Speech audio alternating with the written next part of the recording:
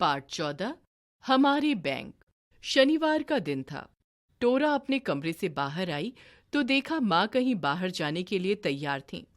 टोरा बोली, माँ, आज शनिवार है, आज तो आपकी छुट्टी है, आप कहाँ जा रही हैं?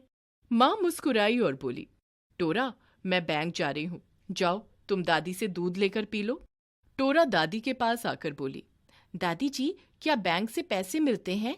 प्लीज बताइए ना, क्या मुझे भी बैंक से पैसे मिल सकते हैं? हाँ हाँ, क्यों नहीं, पर इसके लिए तुम्हें वहां पैसे जमा करवाने पड़ेंगे, दादी ने कहा। अरे बिटिया, ये बैंक तो अब शुरू हुए हैं, हमारे जमाने में तो रुपए, पैसे, गहने आदि घरों में ही रखते थे। कभी कभी तो चोर घर में घुसकर सारे पैसे और गहने चोरी करके भाग जाते थे।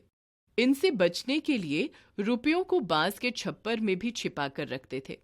कुछ लोग नोटों को जमीन में गाड़ देते थे और कुछ तो चावल, गेहूं के बर्तनों में नोट, गहने आदि छिपा देते थे। कभी कभी तो दीमक सारे नोट खा जाती थी और कभी घर में आग लग जाए तो सारे नोट जल जाते थे। अब जगह जगह बैंक खुल गए हैं, अपने रुपए पैसे वहां जमा करो और चैन की नींद सो। पर दादी जी, बैंक को कैसे मालूम होता है कि किसने कितने रुपए जमा करवाए? बिटिया, वे लोग इसे याद नहीं करते, खाता खोलकर उसमें लिखते जाते हैं। हर खातेदार का अलग हिसाब रखा जाता है। बैंक हर खातेदार को एक पासबुक देता है, उसमें वह विवरण दर्ज कर देता है कि हमने कितने रुपए निकाले या कितने रुपए जमा किए और हमारे खाते में कितना पैसा बाकी है। इस तरह से हम जान सकते हैं कि हमारे पास कितना पैसा है। बैंक खाते के पैसे पर ब्याज भी देता है। तुमने चेक तो देखा ही होगा। बैंक हर खातेदार को एक चेक बुक देता है। मान लो तुम्हें किसी आदमी को 5,000 रुपए देने हैं। इतने रुपए लेकर जाओ तो जेब कटने या पैसा खो जाने का खतरा रहता है। तुम उसके नाम 5,000 रुपए का चेक दे दो। उस चेक से तुम्हारे खाते से सिर्फ वही आदमी ये रुपए ले सकता है। इस तरह से चोरी होने या खो जाने का खतरा नहीं रहता। एक बात टोरा की समझ में नहीं आई। बैंक सारे लोगों से पैसे लेकर उसका क्या करता है? दादी ने उसे समझाया, बैंक जरूरतमंदों को जमीन खरीदने या मकान बनाने के लिए ऋण देता है। ग्रामीण बैंक किसानों को खेती के लिए और दुकानदारों को व्यापार के लिए ऋण देते हैं। ऋण लेने वाले बैंकों को ब्याज देते हैं। यही बैंकों की असली कमाई है। तभी दादी ने थैले से एक लिफाफा निकाला और उसमें से एक कागज निकालकर टोरा को दिखाया। टोरा ने पूछा, दादी, ये चेक है?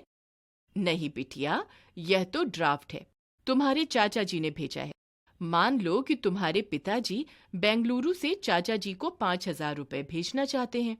तुम्हारे पिताजी बैंक को 5,000 रुपए और ड्राफ्ट बनाने की फीस के रुपए देंगे। बैंक चाचा जी के नाम 5,000 रुपए का ड्राफ्ट बनाकर पिताजी को दे देगा। पिताजी उस ड्राफ्ट को डाक से चाचा जी को भेजेंगे। चाचा जी उस ड्राफ्ट को अपने बैंक खाते में जमा कर लेंगे। इस तरह पैसा सुरक्षित उनके पास पहुंच जाएगा। हाँ दादी माँ, इस तरह कोई रुपया खोएगा भी नहीं, टोरा बोली। पता है टोरा, हम बैंक में किराए पर लॉकर ले सकते हैं। उस लॉकर में गहने, जरूरी कागज वगैरह रख सकते हैं। चोर लॉकर के कमरे में नहीं घुस सकता, लॉकर नहीं तोड़ सकता।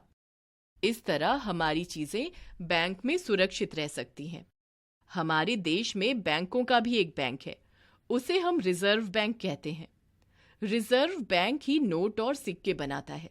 जिस तरह हमारे पैसे बैंक में रहते हैं, उसी तरह सरकार अपना सारा पैसा रिजर्व बैंक में रखती है। देखा कैसे कमाल के हैं ये बैंक, दादी बोली।